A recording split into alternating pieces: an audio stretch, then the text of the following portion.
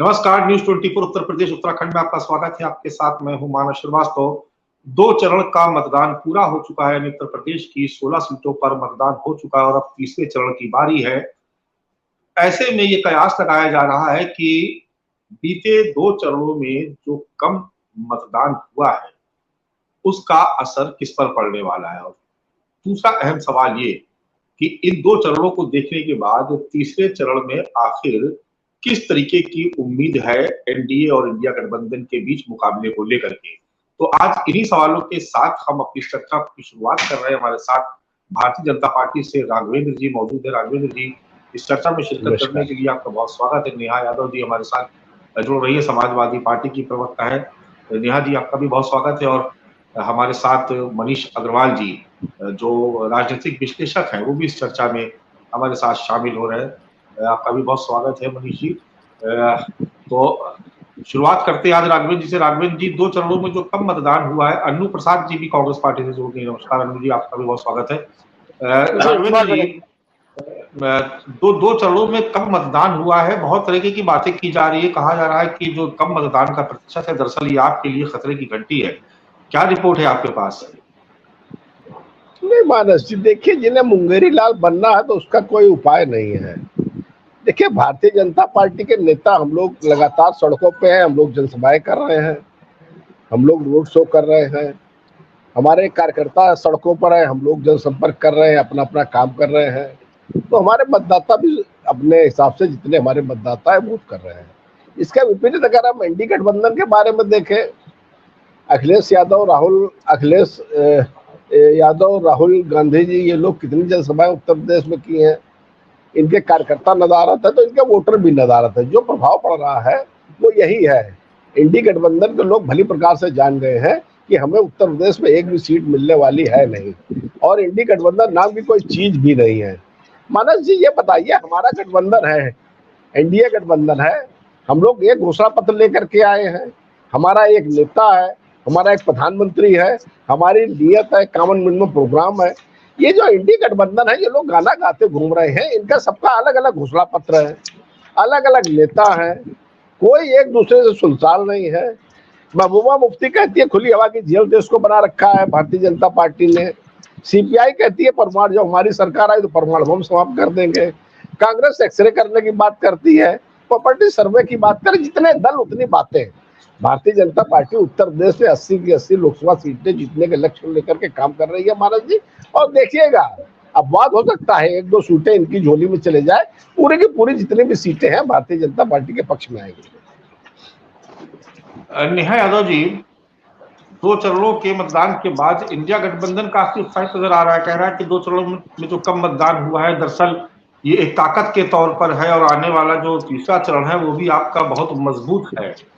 लेकिन भारतीय जनता पार्टी, आप सुन भी रही है और पहले भी कई नेताओं के बयान आ चुके हैं कि कम मतदान के प्रतिशत से कोई असर नहीं पड़ने वाला है। भारतीय जनता पार्टी ये जो 16 सीटें जिस पे अभी चुनाव हो चुका है, सभी सीटें जीत रही है और उसका असर आने वाले जो चरण है उस पर भी पड़ेगा। क्या माना जाए, क्योंकि ये 3 चरण पश्चिमी उत्तर प्रदेश के है, उसी से ही आपको भी बहुत उम्मीद है। पहले चरण में मैंने जैसे पहले भी कहा था कि पहले चरण में भारतीय जनता पार्टी के पास बहुत कुछ खोने के लिए नहीं था। 5 सीटें वो पहले चरण में हार चुकी थी जब पिछला चुनाव हुआ था और 3 ही सीटें थी। लेकिन अगर इस बार अगर वो गेन कर रही है तो क्या माना जाए? देखिए, जनता लोकतंत्र का महापर्व मना रही है और बड़ी संख्या में जनता भारतीय जनता पार्टी के खिलाफ इंडिया गठबंधन के प्रत्याशी, और जहां जहां समाजवादी पार्टी के प्रत्याशी हैं, जहां जहां कांग्रेस पार्टी के प्रत्याशी, हमारे जहां भी गठबंधन के प्रत्याशी हैं, बड़ी संख्या में हमारे लिए वोट नहीं है। इससे इनके पेट में दर्द हो रहा है। इसलिए इनको ये लग रहा है कि जनता इनके साथ नहीं है। ये बेचारे परेशान है, हताश है, निराश है, लेकिन अपनी हताशा और निराशा को ये बदल के प्रदर्शित करने की कोशिश कर रहे हैं कि कम वोट प्रतिशत से केवल विपक्ष को नुकसान है, जबकि इसका असली नुकसान सत्ता पक्ष को है। क्यों? क्योंकि जनता का रोष है इनके खिलाफ। इन्होंने पिछले 10 साल में जो बड़े बड़े नारे और वादे दिए थे जनता को, वो कोई नारा और वादा इनका धरातल पे पूरा नहीं हो पाया। इन्होंने कहा कि हम 2 करोड़ रोजगार नौजवानों को देंगे। 2 करोड़ रोजगार का वादा इनका अधूरा रह गया। ये सपना इनका जुमला साबित हुआ, जिस जुमले का नाम बदल के इन्होंने अब गारंटी चिल्लाना शुरू कर दिया। वैसे इन्होंने 15 लाख की बात की थी कि हर खाते में आएगा, वो भी पूरा नहीं किया। और पश्चिमी उत्तर प्रदेश में जहाँ किसान बड़ी संख्या में है, जहाँ किसानों के ऊपर अत्याचार किया गया है भाजपा की सरकार ने, एमएसपी देने का वादा किया था, उसे ये पूरा नहीं कर पाए। किसानों की कर्ज माफी की बात की थी, उसे भी ये पूरा नहीं कर पाए। उल्टा किसानों पे जीएसटी लगा दी इन्होंने। 12 से 18% तक किसानों के ऊपर जीएसटी लगाने का काम भाजपा ने किया। तो जो किसान इनसे हताश, निराश और परेशान है, उस किसान ने इनके खिलाफ वोट किया। जो नौजवान जिसे नौकरी और रोजगार नहीं मिली है, उन नौजवानों ने इनके खिलाफ वोट किया। जो महिलाएं आज महंगाई से परेशान है, सिलेंडर का भाव आसमान छू रहा है, आटा और तेल का भाव 59% बढ़ा दिया गया है, वो महिलाएं इनके खिलाफ वोट की हैं और आगे भी करेंगी अगले चरण के चुनाव में। इस तरह से किसान, नौजवान, मजदूर, गरीब हर व्यक्ति भाजपा से परेशान और त्रस्त है। इसलिए इनके खिलाफ एकजुट मतदान हो रहा है। इसलिए भाजपा घबरा गई है, थर्रा गई है और हमारे नेता आदरणीय अखिलेश जी ने जो पीडीए का नारा दिया है, वो पीडीए समाज की जनता आदरणीय अखिलेश जी के नेतृत्व में बड़ी संख्या में हमारे साथ जुड़ करके भाजपा को हटाने के लिए दृढ़ संकल्पित है। अनु प्रसाद जी, तीसरा चरण अब शुरू होने जा रहा है। तीसरे चरण का मतदान बेहद करीब है। इस तीसरे चरण में क्या माना जाए, जिस तरीके से बयानबाजी शुरू हुई है, कांग्रेस, बीजेपी आरोप लगा रही है, कांग्रेस और बाकी दूसरे दलों पर, कि आप लोग जानबूझकर संविधान का खतरा दिखा रही है, बता रही है कि बीजेपी आगे तो लोकतंत्र खतरे में पड़ जाएगा, बीजेपी आगे तो संविधान बदल जाएगा। तमाम तरीके के फेक वीडियोस, फेक न्यूज आप देख रहे हैं कि बीजेपी के खिलाफ प्रचारित की जा रही है। उसका सीधा आरोप कांग्रेस पार्टी पे लगाया जा रहा है बीजेपी की तरफ से। तो क्या माना जाए कि अब इस तरीके के भी हथकंडे अपनाए जाएंगे? सबसे पहले देश की जनता को मेरा नमस्कार। मानस जी, मैं एक बात कहना चाहूंगी यहाँ पर। जो बीजेपी ये कह रही है कि कांग्रेस लगातार लोकतंत्र के खतरे को, संविधान के बदलने के खतरे को लोगों को डरा रही है, तो ये काम हमें करने की आवश्यकता नहीं है मानस जी। ये बीजेपी ने अपने करनी से ही साबित कर दिया। मैं बात कर रही हूँ उन चीजों पे जो बीजेपी ने खुद किया। पहला, आप संसद से सारे विपक्षी सांसदों को आपने निकाल दिया बाहर, और उस दौरान आपने अपने कुछ कानूनों को पारित करा दिया। यहाँ पे तो बीजेपी ने ही बता दिया था कि लोकतंत्र खतरे में है। आज तक कभी ऐसा नहीं हुआ था कि संसद से इतनी बड़ी संख्या में सारे विपक्षी सांसदों को बाहर का रास्ता दिखा दो, सबको निलंबित एक साथ कर दो, और उस दौरान बिना बहस के आप कुछ कानून को पारित करा दो। लगातार सांसदों के ऊपर, माननीय राहुल गांधी जी के ऊपर ईडी का आप इस तरह का आरोप लगा के उनको 2 साल तक बर्खास्त करने का ये लोगों ने काम किया, उनका घर छीन लिया उनके, और कुछ साबित नहीं कर पाए। बाद में खुद उनका सांसदी बहाली करना पड़ गया सुप्रीम कोर्ट को। तो ये तो तौर तरीके बीजेपी लगातार अपना रही है हथकंडे। आप लोकतंत्र की बात करें कि संविधान कहाँ बदल रहा है, मैं पूछ रही हूँ आप बचा कहाँ है? आप नौकरी नहीं लोगों को दे रहे हो। इतने सारे संस्थाओं में आप SC ST OBC की कोई भर्तियां नहीं कर पाए, और लोगों और अभी यूजीसी का हाल ही में 4 महीने पहले इन लोगों ने ये लेके आए थे नया कानून, क्योंकि अगर कहीं SC ST OBC का अगर सीट नहीं भर पाया, आवेदक नहीं मिल पाए, तो उसको जनरल में तब्दील कर देंगे। वो हल्ला जब इतना हुआ, लोगों का विरोध हुआ, तब उसको ये कहते हैं नहीं ऐसा नहीं हो पाएगा, हम लागू नहीं करेंगे। तो ये संविधान के दायरे में काम ही कहाँ कर रहे हैं? किसान आंदोलन कर रहा है तो उनके आंदोलन को रोकने की कोशिश कर रहे हैं। मान्य जी, मैं आपसे एक बात पूछना चाहती हूँ। ये हमारा जो भारत है, और जब ये आजाद हो रहा था ना, तो आजादी इस पे बनी थी कि आंदोलन की वजह से हमें आजादी मिली। जब लोग सड़कों पे निकले, अपनी आवाज, अपने विचारों को लोग सड़कों पे लेके आए, एकत्र हुए, हम लोग को आजादी से बात हम लोग करना शुरू किए। जब ये आंदोलन रत पूरी भारत की जनता हुई, तब हमें आजादी मिली। मगर आज ये भाजपा सरकार क्या कर रही है? ये भाजपा सरकार लोगों की आवाजों को दबाने का प्रयास कर रही है। अगर युवा बेरोजगारी, अगर आप युवाओं को रोजगार नहीं दे पा रहे हो और युवा उसका विरोध कर रहा है, तो जाहिर सी बात है अपने अपने घरों पे मोबाइल लेके तो बैठेगा नहीं, उसके लिए उसको सड़कों पे उतरना पड़ेगा। और आप उसमें भी युवाओं को लाठियां मत बरसा रहे हो। अपनी गलती मानने के बजाय कि हमसे गलती हुई, हम अब रोजगार आपको नहीं दे पाए, आप उस चीज को बजाय आप युवाओं की आवाज को दबा रहे हो, पुलिस का डर दिखा के, लाठी मरवा के, किसानों को आप एमएसपी की गारंटी नहीं दे पाए, किसानों का आप कर्ज माफ नहीं करा पाए। इसके तहत कई सारे किसानों ने आत्महत्या कर ली कर्ज के उसमें आके। पहले आंदोलन में 600 से ज्यादा किसान अपनी जान से हाथ धो बैठे। उस चीजों के दर्द कष्ट को लेके जब किसान सड़कों पे उतर रहा है तो आप उनके रास्तों पे कील बिछवा रहे हो। आज तक किसी कानून में, आज तक किसी सरकार, आपके भाई अगर सड़कों पे उतर रहे तो आप उनको कील बिछवा के आप उनको रोक रहे हो। तो ये सब संविधान के दायरे में कहाँ बात आती है। दूसरी इलेक्टोरल बॉन्ड की बात करते हैं और ये इलेक्टोरल बॉन्ड लेके आई बीजेपी सरकार। बीजेपी सरकार ने कहा कि हम 2016 में काला धन लेके आएंगे, 2017 में इन्होंने क्या किया, इलेक्टोरल बॉन्ड लेके आए, 2018 में इन्होंने लागू कर दिया। नहीं माने जी मेरी आवाज आ रही है। तो ये सारी चीज जिसको इलेक्टोरल बॉन्ड को असंवैधानिक घोषित किया सुप्रीम कोर्ट ने। तो अब आप बताइए कि कांग्रेस कहां से गलत है। अगर कांग्रेस या अन्य विपक्षी पार्टी ये कह रही है कि बीजेपी संविधान के दायरे में रह के काम नहीं कर रही है, वो सत्ता अपने हिसाब से काम करने का प्रयास कर रही है, भारत को एक नए तरीके से चलाने का प्रयास कर रही है और बाबा साहब के संविधान को बीजेपी नहीं मानती है, तो ये तो सतूरी लगातार बीजेपी ने अपनी करनी से सबको साबित कर दिया। इसमें हमारा जो आरोप है वो कहीं से भी गलत नहीं है। चलिए मनीष अग्रवाल जी, दूसरे चरण में भी कम मतदान हुआ है, पहले चरण से भी ज्यादा। ये कहा जा रहा है कि ये जो 16 सीटें थी दरअसल ये मुस्लिम बाहुल्य सीटें थी और जो तीसरा चरण आने वाला है उसमें भी यादव और मुस्लिम बाहुल्य इलाके ज्यादातर हैं उसमें। बीते 2 चरणों का क्या एनालिसिस है आपका और आने वाला जो तीसरा चरण है उसमें क्या देख रहे हैं? मानस जी नमस्कार। मानस जी, मतदान कम हो रहा है, इसका जिम्मेदारी विपक्ष और पक्ष दोनों को उठानी पड़ेगी। अगर विपक्ष में कुछ कमी है, पक्ष में कुछ कमी है, तभी मतदाता नहीं निकल रहा। अगर आप जैसे कह रहे हैं अगर हम हिंदू और मुस्लिम और यादव मतदाताओं पे गौर करेंगे तो फिर विपक्ष के लिए ये ज्यादा समस्या का समय है कि उनका वोटर क्यों नहीं निकल रहा। आप देखिए जब इलेक्शन के पहले रैलियां होती थी तो नैरेटिव क्या था, गरीबी और बेरोजगारी। आज जैसे जैसे इलेक्शन सेकंड फेज से थर्ड फेज में जा रहा है, अब नैरेटिव क्या चेंज करने की कोशिश करी जा रही है कि संविधान खतरे में है, आरक्षण खत्म हो जाएगा। यही पॉलिटिक्स होती है कि जब इलेक्शन जितना नजदीक आता जाए तो जो मुद्दे जनता को डायरेक्ट हिट करे आप उसको शुरू करें। मुझे लगता है मतदाता जो है आज भी उन कोर वोटर और मुद्दों की तरफ आकर्षित है जो अब छूटते जा रहे हैं इलेक्शन में। अगर आप सामान्य मतदाता को ये समझाने की कोशिश कर रहे हो कि संविधान खतरे में है, तो क्या पिछले 10 साल से संविधान खतरे में नहीं था जब 2 पूर्ण बहुमत की सरकार चल रही थी?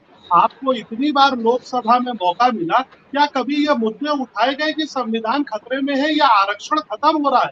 आरक्षण का मुद्दा जो है चुनाव के 2 फेज के बाद ही क्यों निकल के आ रहा है कि आरक्षण अब खत्म हो रहा है या बीजेपी आरक्षण को खत्म कर देगी?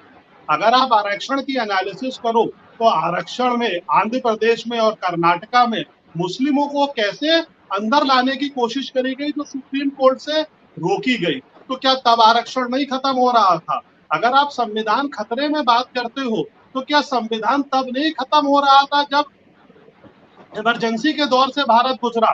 तब संविधान सुरक्षित था। आपको अगर याद होगा, आप तो वरिष्ठ पत्रकार हो, 70 से 75 के दशक में इंदिरा संविधान कहा जाता था।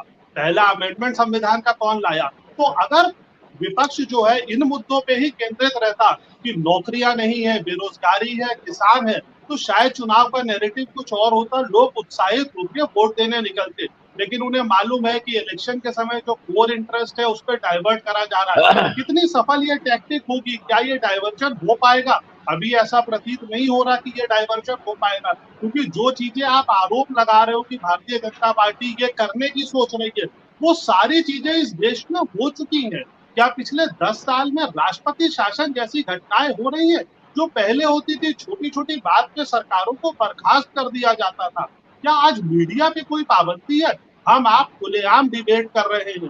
तो इसलिए मुझे लगता है अगर जमीनी मुद्दों पे विपक्ष रहता, जैसे अभी समाजवादी पार्टी की प्रवक्ता पीडीए के लिए कह रही थी, पीडीए बहुत अच्छा मुद्दा था जो अखिलेश यादव लाए थे, लेकिन क्या वो चुनाव के टिकट डिस्ट्रीब्यूट करते वक्त रहा? क्या वो राज्यसभा चुनाव में रहा? क्या उन्हें यादव समूह में अपने ही घर के अलावा कोई और काबिल कैंडिडेट नहीं दिखता? तो वो पीडीए की मैसेज जो है वो जमीन तक नहीं जा रही। 9-9, 10-10 लोगों का टिकट बदलना। आप देखिए आज अमेठी में नॉमिनेशन शुरू हो गया है और अभी कैंडिडेट्स नहीं आए हैं। देश के नेताओं का नेतृत्व ऐसा होना चाहिए कि जिस दिन से चुनाव डिक्लेयर हो उनकी सीट क्लियर होनी चाहिए कि वो कहां से लड़ेंगे। आज आप महाराष्ट्र में स्थिति देखिए, शरद पवार जी जिस बारामती में प्रचार करने नहीं जाते थे, आज वो वहां घर घर प्रचार कर रहे हैं अपनी बेटी के लिए, क्योंकि स्थिति में परिवर्तन आ रहा है, लोग उस बदलाव की तरफ देख रहे हैं। तो आप जो भी आरोप पक्ष पे लगाओ उसको आप ये कह के साबित अगर करोगे कि हमने ये नहीं करा है, बेरोजगारी बढ़ी है, ठीक है, आप उसे कैसे सही करोगे, उसका कोई फॉर्मूला होना चाहिए कि हम लोगों को ये मैसेज कैसे पहुंचाएंगे। अगर आप सिर्फ सरकारी नौकरियों को कहते हो तो क्या खाली सरकारी नौकरियों से सारे बेरोजगारों को रोजगार मिल जाएगा? नहीं मिल पाएगा। तो आपको ये बताना पड़ेगा कि हम और कौन से माध्यम ऐसे लाएंगे, क्या नया क्रिएट करेंगे। एक कॉमन मैनिफेस्टो अभी भी नहीं है। समाजवादी पार्टी के मैनिफेस्टो में है विमेंस को 33% का आरक्षण और कांग्रेस कहती है 50% का आरक्षण। अगर कॉमन मैनिफेस्टो नहीं है, कैंडिडेट्स नहीं है, तो कैसे आप एक पार्टी के अगेंस्ट चुनाव लड़ोगे जो 10 साल से बहुमत में है। अगर आप एंटी इनकम्बेंसी बोलते हो तो अभी वो 5 महीने पहले 2/3 मेजोरिटी से उन राज्यों में चुनाव जीत के आए जहां विपक्ष की सरकार थी।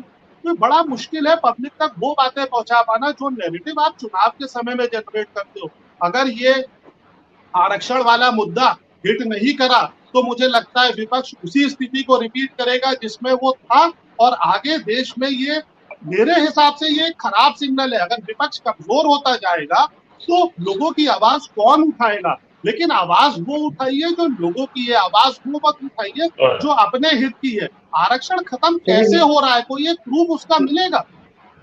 जी जी बिल्कुल ठीक बात है। नहीं, ये आरोप तो दोनों तरफ से लगाया जा रहा है, तो ये भी प्रूफ नहीं मिल रहा है कि कांग्रेस ने कहा कि मंगलसूत्र भेज देंगे या आपकी संपत्ति पे कब्जा कर लेंगे। जो गारंटी है, देखिए मनीष जी, इस पे थोड़ा सा समझना पड़ेगा कि दोनों ही तरफ से जो बातें कही जा रही ना, दरअसल वो सच से कोसों दूर है। कहाँ लिखा है कांग्रेस के घोषणा पत्र में कि आपकी संपत्ति पे कब्जा कर लेंगे और सारी संपत्ति लेके मुसलमानों को देंगे? कहाँ लिखा है कांग्रेस के घोषणा पत्र में कि आपका मंगलसूत्र छीन लेंगे? जी हाँ नेहा जी प्लीज। नेहा जी बोलिए। मैं बोलूं? जी अभी मैं आता हूँ आपके मनीष जी, नेहा जी के सवाल ले लेते हैं। अभी मनीष जी ने मुझसे पूछा कि आरक्षण कैसे खतरे में। मैं बताती हूँ कि आरक्षण कैसे खतरे में। मैं बहुत दूर के उदाहरण नहीं, आपको उत्तर प्रदेश के उदाहरण दे देती हूँ, पहले प्रदेश के भी दे देती हूँ। उत्तर प्रदेश के बांदा यूनिवर्सिटी में 15 वैकेंसी निकलती है प्रोफेसर्स की, उसमें से एक जाति विशेष के 11 लोगों का चयन कर दिया जाता है और बैकवर्डों के चयन को ज्यादातर एनएफएस नॉट फाउंड सुटेबल दिखा दिया। इस तरह से आरक्षण खतरे में। दूसरा, उत्तर प्रदेश में 69,000 शिक्षक भर्ती होती है। 69,000 शिक्षक भर्ती में 18,000 से ज्यादा अभ्यर्थी जो ओबीसी एससी वर्ग के थे उनके आरक्षण की हकमारी करती है भारतीय जनता पार्टी। और जब लगातार अभ्यर्थी लगभग 3 सालों में धरना दे रहे हैं, आंदोलन कर रहे हैं, तो आनंद फानन में 22 के चुनाव से पहले सरकार ने वादा किया था कि हम 6800 अभ्यर्थियों को चयन करेंगे, उनको नियुक्ति पत्र देंगे, लेकिन आज तक उन अभ्यर्थियों को नियुक्ति पत्र नहीं मिला है। ये है आरक्षण को खतरा। इसी प्रकार से भारतीय जनता पार्टी लगातार जो उच्च शिक्षा है उनमें जो professor, assistant professor, associate professor के पद हैं उनमें आरक्षण को लागू नहीं कर रही है, आरक्षण के नियमानुसार भर्तियां नहीं कर रही है और नॉट फाउंड सुटेबल दिखा करके आरक्षित वर्ग के जो अभ्यर्थी हैं उनके साथ अन्याय हो रहा है। वैसे ही अभी कई सारी जो यूनिवर्सिटीज हैं वहां एडमिशन में भी ऐसा हुआ है, बीएचयू में भी ये चीज सामने आई। ये आरक्षण को खतरा है इस प्रकार से।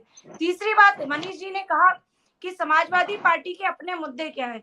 समाजवादी पार्टी के राष्ट्रीय अध्यक्ष जी ने तमाम घोषणाओं को हमने अपने मैनिफेस्टो में शामिल किया है, चाहे 3,000 रुपए महिलाओं को पेंशन देने की बात हो, चाहे महिलाओं को आरक्षण देने का मुद्दा हो। हमने पहले भी जब हमारी सरकार थी तो महिलाओं को आईटी सेक्टर में आरक्षण देने का काम किया था। हमने महिलाओं के लिए बहुत लाभकारी योजनाएं, चाहे 1090 वुमेन पावर लाइन हो, 102 108 एम्बुलेंस हो, कानून व्यवस्था को दुरुस्त करने के लिए डायल 100, जो लाभकारी योजनाएं जो भारतीय जनता पार्टी पिछले केंद्र की 10 साल की सरकार में इतनी बड़ी बड़ी योजनाएं नहीं ला पाई, वो मात्र 5 साल के आदरणीय अखिलेश जी के कार्यकाल में उतनी बड़ी योजनाएं लाई गई जिनका नाम आज भी बरकरार है, जिनका काम आज भी बरकरार है। भाजपा उसका 1% भी नहीं कर पाए।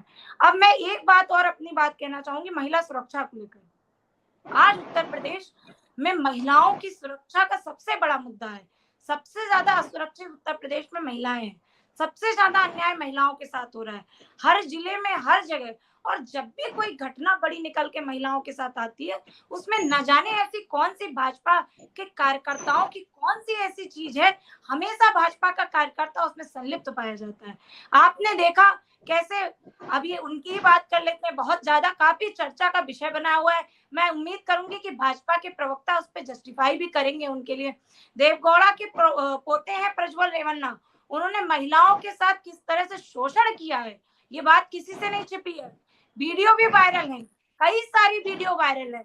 8 दिसंबर 2023 को कर्नाटक में बीजेपी के नेताओं ने देवगौड़ा ने पार्टी प्रदेश अध्यक्ष को पत्र लिखकर इसकी शिकायत भी की थी, इनके प्रदेश अध्यक्ष ने। जी बिल्कुल ठीक बात है। ये मुद्दा बीजेपी और निश्चित तौर पर मिलकर के एक संवेदनशील मुद्दा है और मोदी जी ने उनके पक्ष में रैली भी की। और शर्म की बात यह है कि वो जर्मनी भाग गया और सरकार रोक नहीं पाई। जैसे पैसा दे लूट कर देश का भाग गए नीरव मोदी, विजय माल्या, वैसे बलात्कारी देश से भाग जा रहे हैं।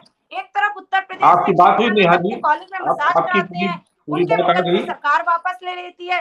कुलदीप जी राघवेंद्र जी के पास चलते हैं। ठीक है नेहा जी, राघवेंद्र जी के पास चलते हैं, डिबेट को आगे बढ़ाते हैं, तीसरे चरण की बात करते हैं। तीसरे चरण की 10 लोकसभा सीटें। राघवेंद्र जी, बहुत सारे ऐसे प्रतिष्ठित लोग हैं जिनकी कह सकते हैं कि साख है दांव पे। मैनपुरी की बात करें तो डिंपल यादव के सामने आपने ठाकुर जयवीर सिंह को उतार दिया है। आगरा से एसपी सिंह बघेल साहब आपके मंत्री हैं। तमाम दिग्गज है इस बार मैदान में। तो इस बार कुछ प्रेशर महसूस हो रहा है कि जो 2 चरण गुजर गए उसके बाद तीसरे चरण को लेकर के क्या कुछ खास तरीके की रणनीति पर काम हो रहा है? राघवेंद्र जी अनम्यूट कर दीजिए डिवाइस। मैनपुरी में इनका सुपड़ा साफ होने जा रहा है, इनके प्रत्याशी की जमानत जब्त होने वाली है। आप अनम्यूट कर दीजिए अपने मोबाइल को, देखिए अनम्यूट का बटन होगा उसको कर दीजिए जी। देखिए ठीक हो रहा है, आ रही है आवाज। हाँ, मैं बताना चाहता हूँ भारतीय जनता पार्टी होमवर्क करके काम करती है। हम लोग जो है जब सरकार बनती है तो उसके जो रिपोर्ट कार्ड होता है वो जनता के बीच में ले जाने का काम लगातार करते रहते हैं। चाहे योगी पार्टी की उत्तर प्रदेश की सरकार हो या केंद्र की सरकार। मेरी बात हो जाने दीजिए। तीन सांसद वाली पार्टी ज्यादा ज्ञान मत देने का काम करें। हम लोगों ने लगातार हर वर्ष रिपोर्ट कार्ड प्रस्तुत करने का काम करते हैं। और ये देखिए मेरे पास खुदा न खास्ता सामने रखा हुआ रिपोर्ट कार्ड। हर वर्ष हम लोग रिपोर्ट कार्ड प्रस्तुत करते हैं। ये योगी सरकार का 6 वर्षों का रिपोर्ट कार्ड है। हम लोग जनता के मुंह नहीं जुबाते मानस जी, हम लोग लगातार जनता का, और ये इसी प्रकार से 9 वर्षों का रिपोर्ट कार्ड ये मोदी जी की सरकार का है। हम लोग लगातार काम करने का प्रयास करते हैं और काम करते हैं और बताने का काम करते हैं। ये लोग रटी रटाई भाषा लेकर के आते हैं। मानस जी, समाजवादी पार्टी की उत्तर प्रदेश में सरकार रही थी, मेरे पास रिकॉर्ड रखा हुआ है। 30,000 हत्याएं 5 साल के अंदर हुई थी। ददुआ का बयान आया था, मैंने मुलायम सिंह यादव को सोने का मुकुट और शिवपाल यादव को चांदी का मुकुट पहनाया था। आपको याद होगा मानस जी, बड़े बड़े डकैत सीधे संपर्क समाजवादी पार्टी से रखते थे। ये कहने में मुझे कतई बुराई नहीं है, उत्तर प्रदेश में राजनीति का अपराधीकरण समाजवादी पार्टी ने ही किया है। यश भारती घोटाला, मजे की बात मानस जी, उत्तर प्रदेश में यश भारती देने का काम समाजवादी पार्टी ने किया था। इसलिए मेरे पास नाम है जिसमें जो समाजवादी पार्टी का बुलेटिन लिखता था उसको यश भारती दिया गया। जो सफाई महोत्सव का एंकरिंग करता था अर्चना सतीश, उसको दिया गया यश भारती। शिखा पांडे जो दूरदर्शन के कोऑर्डिनेटर थी, उसको यश भारती दिया गया। जो और उसका सतीश चंद्र अग्रवाल जो ओएसडी थे अखिलेश जी के, उसे यश भारती दिया गया। इस प्रकार से पूरी सूची मेरे पास है। इन लोगों ने उत्तर प्रदेश की जनता का सफाई महोत्सव बनाया करते थे। जब इनकी सरकार है, अब सफाई महोत्सव क्यों नहीं मनाते भाई? आप लोगों ने सरकारी धन का जितना दुरुपयोग किया है मान्यवर, उत्तर प्रदेश की जनता भली प्रकार से जानती है। लखनऊ आगरा एक्सप्रेस में 1 साल के अंदर 2 बार सर्किल रेट बढ़ाए गए थे, उसकी जांच हो रही है। और ये जो बातें करते हैं, देखिए घटनाएं होती रहती है। देखिए घटना नहीं होनी चाहिए किसी भी सरकार। हमारे जिनकी आवाज बंद करिए, मानस जी की आवाज बंद करिए, देखो मैं उठ जाऊंगा, मैं उठ जाऊंगा, ऐसे बात नहीं हो पाएगी जी। मानस जी, मैं उठ जाऊंगा, निश्चित उठ जाऊंगा, ऐसे बात नहीं होगी। आवाज इनकी बंद करिए। जो अपना पक्ष रख रहे हैं, इनके पेट में दर्द क्यों हो रहा है, इसमें जवाब दीजिए। जज्बाती घोटाले में जवाब दीजिए। बात है नेहा जी की बात हो चुकी है, आप अपनी बात रखिए। इलेक्टोरल बॉन्ड के घोटाले पे जवाब मांग रही हूँ, दीजिए। मैं बंद कर रहा हूँ मानस जी, आप इनकी आवाज बंद करिए ना, तो मैं बंद कर रहा हूँ। इस तरह से डिबेट नहीं हो सकती ना राघवेंद्र जी, आप अपनी बात कंप्लीट करिए। कैसे करें, ये बीच में डिस्टर्ब कर रहे हैं, इंटरप्ट नहीं करना चाहिए। ये बात हो चुकी है, आप नेहा जी गलत बात है ये, आप किसी दूसरे गेस्ट को नहीं कर सकते इस तरीके से। आप बोलिए राघवेंद्र जी। देखिए इलेक्टोरल बॉन्ड की बात करते हैं। देखिए मानस जी, इससे पहले भी सरकारें का चंदा नहीं लेती थी, पार्टियां चंदा नहीं लेती थी क्या, सीधे सीधे जेब में जाता था। इलेक्टोरल बॉन्ड में 35% भारतीय जनता पार्टी को चंदा मिला है और 65% शेष दलों को मिला है। अभी मैं कह रहा हूँ, देखिए सुप्रीम कोर्ट की जो निर्णय दिया वो सर आंखों पर है। इलेक्टोरल बॉन्ड जो है, इससे बेहतर व्यवस्था नहीं हो सकती है। क्या समाजवादी पार्टी ने पैसा नहीं लिया है क्या कांग्रेस ने पैसा नहीं लिया क्या, कौन सी पार्टी को चंदा नहीं मिला है। देखिए इससे पारदर्शी व्यवस्था हो नहीं सकती है कोई, या कोई ऐसी व्यवस्था बताइए, या तो कोई ऐसी व्यवस्था बताइए। इनसे पूछो कोरोना की वैक्सीन बनाने। मानस जी इनको शांत करिए, गलत बात है ये। मानस जी देखिए, आप आवाज नहीं बंद करते, उधर से धंधा निकालो, इधर से चंदा मैं आपको बार बार कह रहा हूँ, नेहा जी देखिए आपने अपनी बात पूरी रखी, आपको पूरा समय दिएगा। राघवेंद्र जी एक बार भी आपके बीच में नहीं बोले, तो ये डिबेट के आंकड़े कह रहे हैं ना। गलत बात क्या कह रहे हैं, तो आप उसको बाद में सही कर दीजिएगा, लेकिन फिलहाल उनको बोलने दीजिए। इलेक्टोरल बॉन्ड के घोटाले पे इनसे पूछ लो तो उल्टा सीधा बयान देंगे। फिलहाल राघवेंद्र जी को बोलने दीजिए, फिर अगर आपको कहीं लगता है तो आप अपनी बारी पे फिर उस पर बोल दीजिएगा। राघवेंद्र जी आप कंप्लीट करिए। नहीं देखिए, राहुल गांधी जिस विषय को लेकर के जेल में गए, जिस जमानत पर है, पूरा देश जानता है। वो हमारी सरकार में मुकदमा नहीं दायर कराया गया था, मान्यवर कांग्रेस की सरकार ही थी। हमारी सरकार के समय जमानत में नहीं थे, ये कांग्रेस की सरकार के समय ये सब घपला हुआ है। देखिए कोई भी व्यवस्था हो, जो न्यायिक व्यवस्था जो है हर समय बनी रही है, उसमें अगर कोई किसी प्रकार का कोई शक है, कोई संशय है, आप लोग किसी भी विषय को लेकर के देश की जनता जा सकती है। लोकतंत्र खतरे में है, संविधान खतरे में है, ईवीएम गलत है, इस प्रकार के गाना बंद करिए। ईवीएम जब कोई चुनाव आयोग वाले इन लोगों को बुलाते हैं तब तो ये वहां जाते नहीं है, सड़कों पर चिल्लाते हैं। ये लोग पेशबंदी कर रहे हैं मानस जी। ईवीएम को लेकर के जो सुप्रीम कोर्ट गए ना, सिर्फ इनकी पेशबंदी का कमाल है। ये सिर्फ ये कहना चाहते हैं, जब ये हारेंगे बुरी तरीके से तो ये कहेंगे इन लोगों ने ईवीएम हैक कर ली। अब मैं बात उठाना चाहता हूँ, कमाल की बात है, समय समय पर चुनाव होते रहते हैं। हमारा देश इतना बड़ा देश है, कभी नगर निगम के चुनाव, कभी जिला पंचायत के चुनाव, कभी ग्राम पंचायत के चुनाव, कभी विधानसभा के चुनाव, कभी लोकसभा के चुनाव लगातार बनते रहते हैं। किसान हमारे खिलाफ है, युवा हमारे खिलाफ है, महिलाएं हमारे खिलाफ है, बच्चे हमारे खिलाफ है। क्या रटी रटाई भाषा। हर चुनाव में भारतीय जनता पार्टी जीत के आ रही है। 5 राज्यों के चुनाव अभी हुए, उसमें परिणाम जो मिले उसको नहीं आप लोग देखती हैं। समाजवादी पार्टी अपनी परंपरा का सीटें हार रही है मानस जी। आजमगढ़ और रामपुर जो इनकी परंपरा सीटें है, 70% वोट एमवाई समीकरण के आधार पे वो हार रही है। भारतीय जनता पार्टी को घेरने का काम करती है एमवाई लेकर के। भाई ये पीडीए है क्या? पीडीए का स्पष्टीकरण अखिलेश यादव नहीं दे पाए मानस जी। जब इनसे पूछा गया कभी अगड़े बोलते हैं, कभी अल्पसंख्यक बोलते हैं। इन लोगों ने लंबे समय तक राजनीति की मानस जी। एमवाई के देखिए मानस जी, देखिए मानस जी, अरे ताली मत बजाइए आप। ताली जब रिजल्ट आएगा तब ताली आप लोग बजाएंगे, सब लोग, हमें पता है। जब रिजल्ट आने वाला होगा हमारी चिंता मत करिए। आपकी जमानत जब्त होगी, बरेली में आपकी जमानत जब्त होगी, सब्र करिए। अरे भाई देखिए, आप मायने को बोलने दीजिए, हम नहीं बोलेंगे। चलिए जब बात कह रहे हैं ना, आपके मोदी जी बहुत देर बोल लेते हैं मन की बात। राघवेंद्र जी आपकी बात कंप्लीट हो गई तो मैं अनु प्रसाद जी के पास जाऊंगा। नहीं, मैं कुछ आंकड़ा बताना चाहता हूँ। हमारी सरकार 10 वर्ष रही है, हम लोगों ने काम किया हुआ है, उसका बता तो दे। जो बता रहे हैं युवा खिलाफ है, महिलाएं खिलाफ है, भारतीय जनता पार्टी लगा ऐसे ही हवाई में जीत रही है। देखिए हम लोगों ने देश को 5वीं अर्थव्यवस्था बनाने का काम किया। कांग्रेस की सरकार 4 से लेकर 2014 तक रही, उससे पहले के आंकड़े नहीं बता रहा हूँ। 11वीं अर्थव्यवस्था थी कांस्टेंट।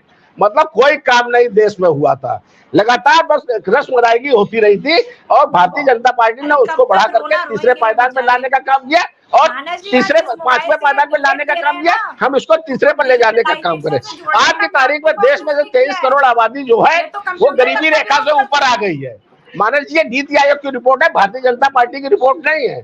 50 करोड़ लोगों के उत्तर प्रदेश में बैंक खाते खुले थे। कांग्रेस सरकार गाना गाती है, गरीबों के खाते तो खुलवा नहीं पाई थी। इनके प्रधानमंत्री कहा करते थे, जब हम लोग ऊपर से 1 रुपया भेजते हैं 85 पैसे हजम हो जाते हैं, 15 पैसे जनता के बीच में पहुंचते हैं। हम लोगों ने संसद बनाया, दादा 370 समाप्त की, राम मंदिर बनवाया, 35 आज की तारीख में 37। अरे मानस जी, मेरी बात होने दीजिए, मैं ऐसे नहीं। इनकी हैसियत नहीं कि अरे हम लोग हर एक पे वोट मांगते हैं, राम मंदिर में भी मांगते हैं। हम लोग राम क्यों नहीं? अरे भाई अमेठी और रायबरेली में तो आप नफरत पे वोट दे दो। अरे इटावा आज की तारीख में समाजवादी पार्टी मानस जी 2-3 सीटों तक समिट कर रह गई है, मैनपुरी, एटा, इटावा। इसके अलावा समाजवादी पार्टी कहीं रही नहीं है। और कांग्रेस आज पापा ने बाहर मानस जी आज की तारीख में अमेठी और रायबरेली कांग्रेस के पास 2 सीटें और 3 सीटें समाजवादी पार्टी के पास। क्या हटा रहे, हम हटा रहे, मानस जी हम हटा रहे। ये देखिए इंटरप्ट करती है, ऐसे बदतमीजी, ऐसी भाषा बोली, ऐसे मत करिए। तरीका होता है बोलने का, ऐसे में अरे अपनी बात तो रखने दीजिए। मेरी बात आ रही थी, मैं अपने बता रहा हूँ, मैं आंकड़े बता रहा हूँ। अगर गलत होता आप बताइए, हंस रही है बैठ के, ये कोई बात होती है? अरे आप लोग अराजकता चैनल में फैलाते हैं, मैं अच्छी तरीके से जानता हूँ। समाजवादी पार्टी के पास बोलने के लिए तो कुछ है नहीं, सरकार में कुछ कपड़े घोटाले के अलावा कुछ काम तो किया नहीं है। जब हम लोग बोलते हैं तो दांत निकालते हैं बैठ के, जब हम लोग बोलते हैं दांत निकालते हैं, अपनी झूठी और सीधी बातें बताते रहते हैं। अरे कम से कम अपने आंकड़े बताइए। 4 बार उत्तर प्रदेश में सरकार रही है, कोई भाजपा ने ये नहीं किया, भाजपा ने वो नहीं किया। अरे आपने कौन सा कद्दू में तीर मार लिया? आप तो बताइए, घपले घोटाले के अलावा कुछ किया? मैंने तो बताया, ददुआ ने सीधा बयान दिया था इलेक्ट्रॉनिक चैनल में। ददुआ एक डकैत था। फूलन देवी, डीपी यादव, अन्ना शुक्ला जैसे बड़े बड़े अपराधियों को इन लोगों ने सदन में पहुंचाने का काम किया। एक लंबी श्रृंखला है, गाना गाने का काम करते हैं। अरे मान्यवर, आज की तारीख में देश की जनता जो है भली प्रकार से आप लोग कारगुजारियां देख चुकी है। अब बहुत हो गया, अब घर बैठिए आप लोग। देश और प्रदेश की जनता आप लोगों के रंगे हुए लोगों को देख चुकी है। आप लोग जिस तरीके से मुस्लिम तुष्टीकरण करते हैं, जिस तरीके से हम लोग अराजकता फैलाते हैं, जिस तरीके से घपले घोटाले करते हैं, देश भली प्रकार से देख चुका है। भारतीय जनता पार्टी सबका साथ, सबका विकास, सबका विश्वास को नारे को लेकर के काम कर रही है और हम लोग उत्तर प्रदेश में 80 की 80 लोकसभा सीटें जीतने का काम कर रहे हैं। मानस जी आज की तारीख में हमारे पास 5.5 दर्जन सांसद है। हम लोग उसको बढ़ा करके 80 कर देंगे, 1.5 दर्जन सांसदों में बढ़ाने हैं। ये 3 सांसद वाली पार्टी, किसी के पास एक भी सांसद नहीं है, वो यहाँ गाना गाने का काम करे। अरे आप लोग बैठी क्यों जाते हैं?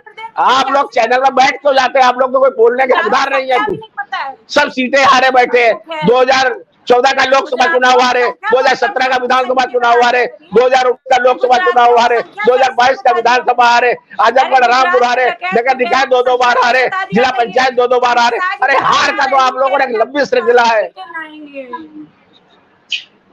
चलिए, अब आप लोग की अनुमति हो तो मैं अनु प्रसाद जी से एक सवाल ले लेता हूँ। बहुत देर से इंतजार कर रही है अनु प्रसाद जी। ये चुनाव आते आते तीसरा चरण जिस तरीके का दृश्य बन गया है उत्तर प्रदेश में, आप देख रहे हैं कि बराबर मंगलसूत्र में बात हो रही है, आरक्षण खत्म करने पे बात हो रही है। जो जरूरी मुद्दे हैं मुझे लग रहा है कि चुनाव से वो गायब होते जा रहे हैं। तो जिस तरीके का आरोप आप बीजेपी पे लगाते हैं, दरअसल वैसे ही तो काम आप लोग भी कर रहे हैं कि लोकतंत्र को खतरा है और लोकतंत्र खत्म हो जाएगा और बीजेपी ने कुछ किया नहीं, वो तो आरक्षण खत्म कर देगी। जिस तरीके के बयान दिए जा रहे हैं और जिस तरीके का भ्रम फैलाया जा रहा है, आपको लगता नहीं कि ये दोनों तरफ से बहुत उचित नहीं था? ये ना बीजेपी की तरफ से ना आपकी तरफ से। देखिए मानस जी, आपने यही सवाल उससे पहले भी किया था। मैंने उसका पूरा आपको एक ब्यौरा भी दिया कि क्यों हम बार बार कह रहे हैं कि संविधान और लोकतंत्र खतरे में है। मैंने उसका पूरा उदाहरण दे दिया था। मगर फिर भी मैं एक चीज, अभी आपने कहा कि बीजेपी, अभी आप मोदी जी का बयान सुन लीजिए। उन्होंने खुले मन से कहा कि कांग्रेस पार्टी आपका सोना छीनना चाहती है, कांग्रेस पार्टी महिलाओं का मंगलसूत्र ले लेना चाहती है। तो क्या जो मैंने उदाहरण प्रस्तुत किया कि इन कारणों से हम तो स्पष्ट तौर पे कहते हैं खुले मंच पे कि संविधान खतरे में, लोकतंत्र खतरे में, तो क्या उसी उदाहरण के साथ बीजेपी के प्रवक्ता या मोदी जी स्वयं बोल सकते हैं कि मंगलसूत्र महिलाओं का खतरे में है और सोना खतरे में है? और जबकि ऐसी पार्टी पर वो ऐसा आरोप लगा रहे हैं जबकि इंदिरा गांधी ने चीन और भारत के वॉर के समय खुद भारत को अपना सोना दे दिया था, और राजीव गांधी जी की शहादत हो गई, और वहां पे आप सोनिया गांधी जी के मंगलसूत्र को भी, तो इस तरीके के बयान जो खुद मोदी जी और ऐसे संवैधानिक पद पे बैठ के उस तरह के बयान दे रहे हैं जिसका कोई आधार नहीं है, वो कोई आधार, एक उदाहरण दे दे ऐसा कि कभी कांग्रेस पार्टी ने इस तरीके का काम किया हो। मैंने तो बाकायदा आपको उदाहरण के साथ बात करी थी, और आप ये अभी हमारे वरिष्ठ पत्रकार जी, राजनीतिक विश्लेषक जी कह रहे थे कि क्या 10 सालों में इनको संविधान लोकतंत्र खतरे में नहीं था, मगर मैं आपको एक बात बताना चाहूंगी, 2018 के आखिरी मंथ में था कि बीजेपी ने 13 पॉइंट रोस्टर लेके आई थी, वहां पर लगातार विश्वविद्यालय, सिर्फ गोरखपुर नहीं, मैं गोरखपुर की हूँ इसलिए मैं गोरखपुर का उदाहरण दूंगी, बहुत सारी जगहों पे, चाहे आप दिल्ली ले लीजिए, चाहे लखनऊ ले लीजिए, चाहे इलाहाबाद, हर जगह ये 13 पॉइंट रोस्टर के खिलाफ आंदोलन हुआ था, और 13 पॉइंट रोस्टर का ये आपका तरीका बीजेपी को वापस लेना पड़ा था, और दोबारा पुराने यूनिवर्सिटी इकाई के जरिए भर्तियां करवानी पड़ी थी, और उस समय तमाम जगह पे भर्तियां होने लगी थी, मगर उन भर्तियों को रोकना पड़ा था। तो ये पहली बार हमको नहीं दिख रहा है, ये हमको शुरू से दिखता है, और हम उसके लिए सड़कों पे उतरे भी, हम लगातार आंदोलन कर रहे हैं कि लोगों को भर्तियां दीजिए। आप मुझसे पूछते कि संविधान लोकतंत्र कैसे खत्म है, आप मुझे ये बताइए कि बीजेपी शासन काल में कितनी तेजी से प्राइवेटाइजेशन किया जा रहा है, चाहे स्कूल ले लीजिए, हर चीजों को बेचा जा रहा है। तो हम सभी को पता है कि आरक्षण प्राइवेट जगहों पे लागू नहीं होता, ये सिर्फ सरकारी जगहों पे होता है। तो जब बीजेपी ने सरकारी चीज छोड़ी ही नहीं, तो आरक्षण कहां से मिल पाएगा देश की जनता को, SC ST OBC को? तो हम तो उसी की बात करते हैं ना कि लगातार आप बीजेपी सरकार में चाहे स्कूल ले लीजिए, चाहे आप यूनिवर्सिटी ले लीजिए, चाहे जगह जगह पे धड़ल्ले से प्राइवेटाइजेशन हो रहा है। देखिए तरीका, अगर आप कह सकते हैं कि हम तो कही रहे, ये तो हमारे मैनिफेस्टो में है, नहीं माने जी, ये तो हमारे मैनिफेस्टो में है, हम तो नौकरियों की भी बात कर रहे हैं, हम तो जातिगत जनगणना की भी बात कर रहे हैं। आप ये बताइए कि बीजेपी को जातिगत जनगणना से क्यों परहेज है, जब लगातार कांग्रेस जातिगत जनगणना की बात कर रही थी, हमारे माननीय राहुल गांधी जी अपने यात्राओं में जातिगत जनगणना की बात कर रहे थे, तो यही बीजेपी के लोग उनका मजाक उड़ा रहे थे, और मोदी जी खुद जाके उस समय जहाँ विधानसभा में चुनाव हो रहा था 5 राज्यों का, वहां पर वो कह रहे थे कि हमें जातिगत जनगणना नहीं, हमारे लिए सबसे बड़ी गरीबी ही जाति जनगणना है। तो ये बताइए, जब आप जातिगत जनगणना नहीं कराएंगे तो आप चीजों को, भारत में जो अवस्थान है उसको कैसे आप वितरित करेंगे? आप एक तरीके से महिला आरक्षण की बात करते हैं और खुद उसको रोकते हैं कि कास्ट सेंसेशन जैसे नहीं होगा, ये चीज नहीं हो पाएगी, और एक तरफ भाजपा लगातार जातिगत जनगणना के खिलाफ है। हमारे तो मैनिफेस्टो में भी है कि हम जातिगत जनगणना कराएंगे, हम महिलाओं को सशक्त करेंगे, हम किस तरीके का रोड मैप तैयार करेंगे।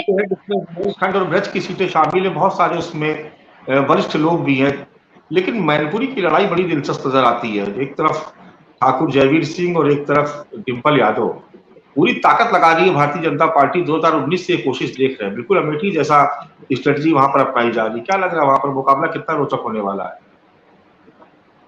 देखिए मानस जी, मैनपुरी में समाजवादी पार्टी का गढ़ है, इसमें कोई भी दो राय नहीं है, कोई कहने की बात नहीं है, लेकिन विपक्ष इसीलिए होता है, वहां भाजपा विपक्ष में है, एक रणनीति बना के पूरी कोशिश तो कर रही है कि शायद हम रिजल्ट को बदल सके। अमेठी में उन्होंने इस रिजल्ट को बदला है तो उन्हें प्रोत्साहन मिलता है, आजमगढ़ में उनके पास अपना कैंडिडेट जीता हुआ है तो उन्हें प्रोत्साहन मिलता है। यही चीज तो हम लोग विचार विमर्श में लाना चाहते हैं कि जब वो लोग कोशिश कर रहे हैं तो विपक्ष की तरफ से उतनी कोशिश नहीं दिखती। अभी कांग्रेस की प्रवक्ता कह रही थी जातिगत जनगणना बीजेपी नहीं कराना चाहती, उसी के साथ उन्होंने ये भी बोला कि जातिगत जनगणना जब हो जाएगी तभी तो हम रिसोर्सेज को बराबर से बांटेंगे। तो यही तो बीजेपी कह रही है, यही तो इनहेरिटेंस कानून को आप बांटेंगे, किस चीज को बांटेंगे? रिसोर्सेज को बांटेंगे ना। अब रिसोर्सेज में सरकार के रिसोर्सेज तो बटेंगे नहीं, जो इंडिविजुअल के ओन रिसोर्सेज है वही बटेंगे, यही फियर है। कैसी बात कर रहे हैं आप? कैसी बात कर रहे हैं आप? जब तक आप कास्ट सेंसेशन नहीं करेंगे, नौकरियां, आप ये क्या नौकरियां क्या किसी की प्राइवेट चीज है, वो इंडिविजुअल होती है। आप जब चीजों को मतलब नहीं, आप बिल्कुल कहिए पर सही बात करिए। मैं तो नौकरियों की भी बात कर रही हूँ, नौकरी किसी की इंडिविजुअल कैसे हो सकती है? वो तो सरकार द्वारा ही आएगी सरकारी ना नौकरियों को निकालती है, तो हम तो उसी की बात कर रहे हैं और आप कह रहे हैं कि इंडिविजुअल चीजों को काटेंगे। मेरी बात पूरी हो जाने दीजिए, फिर आप जरूर अपने विचार व्यक्त करिए। आप महिला प्रवक्ता है, मैं आपके बीच में नहीं बोलूंगा, आप कहिए तो मैं चुप हो जाता हूँ। नहीं, आप बिल्कुल बोलिए, पर तर्कपूर्ण बातें करिए। आप मेरी बातों को गलत तरीके से प्रस्तुत नहीं कर सकते। मैं आपने इंडिविजुअल चीजों की बात की है, मैंने इंडिविजुअल चीज की बात की। मैंने कहा सरकार द्वारा जो व्यवस्था है आप उसको कैसे आप विकसित करेंगे जब तक आप कास्ट सेंसेशन नहीं करवाएंगे। मैंने इस बात को, आपने कहा इंडिविजुअल, मैंने इंडिविजुअल शब्द का तो प्रयोग ही नहीं किया। एक लाइन में मैम मैं आपकी बात का जवाब दे देता हूँ। आपके पास सारा डेटा अवेलेबल है। कर्नाटक की सरकार में जातिगत जनगणना हुई रखी है। डीके शिव कुमार जी से परमिशन लेके कल पब्लिश कर दीजिए, वहां आपकी सरकार है। आप एक उदाहरण पेश करिए बीजेपी के सामने, एक नजीर पेश करिए कि जैसे हमने कर्नाटक में करा है हम पूरे देश में करेंगे। आप हिमाचल में कर दीजिए ना, आप उदाहरण तो दीजिए। जैसे बीजेपी कहती है गुजरात मॉडल है, आप कर्नाटक मॉडल दीजिए कि ये देखिए ये है जातिगत जनगणना, ये इसके रिजल्ट है। जहां तक मुझे याद है कि बिहार में जब बीजेपी की सरकार गिर चुकी थी और वहां पे जब कास्ट सेंसेशन कराया गया और जब उसके आंकड़ों को पेश किया गया तो यही बीजेपी के लोग हल्ला मचा रहे थे कि हम ऐसे आंकड़ों को नहीं मानते, केंद्र सरकार ऐसे आंकड़ों को नहीं मानती, ना उसको लागू करेगी। तो मैं तो वही तब से कह रही हूँ कि बीजेपी लगातार कास्ट सेंसेशन जातिगत जनगणना के खिलाफ है और जो ऐसे राज्य उसके आंकड़ों को पेश करती है बीजेपी उसको तुरंत नकारती है, क्योंकि केंद्र में आप बैठे, केंद्र में बीजेपी बैठी है, ताकत तो उसके पास है भाई। वो उस चीजों को, राज्यों को सुविधाएं भी केंद्र द्वारा मिलता है, तो किस तरीके से आप कह सकते हैं कि सिर्फ एक राजशासी चीजों को हम पालन कर सकते हैं। मैम मैं आपकी बात से एग्रीड हूँ। बिहार की जनगणना के बाद ही तो ये कहा गया ये एक सर्वे है, राज्यों को ये पावर ही नहीं है करने की। यही चीज तो मैं कहना चाह रहा था। तो यही चीज तो मैं आपसे कह रहा हूँ। आप कह रहे कर्नाटक की सरकार आपकी और उसको पेश कर दीजिए।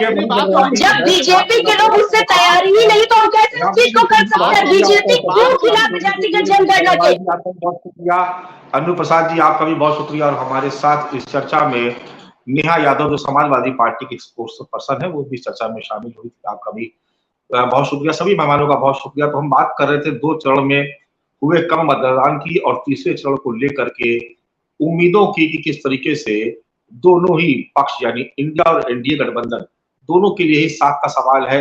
एक तरफ मैनपुरी में डिम्पल यादव है तो दूसरी तरफ ठाकुर जयवीर सिंह। इसके अलावा बाकी बची हुई 9 सीटों पर भी केंद्रीय मंत्री एसपी सिंह बघेल समेत तमाम ऐसे दिग्गज है जिनकी अपने अपने इलाकों में साख दांव पर लगी है। चलिए चर्चा को ही समाप्त करते हैं। कल फिर किसी नए विषय के साथ आप सभी के सामने फिर से हाजिर होंगे। तब तक के लिए इजाजत दीजिए। नमस्कार।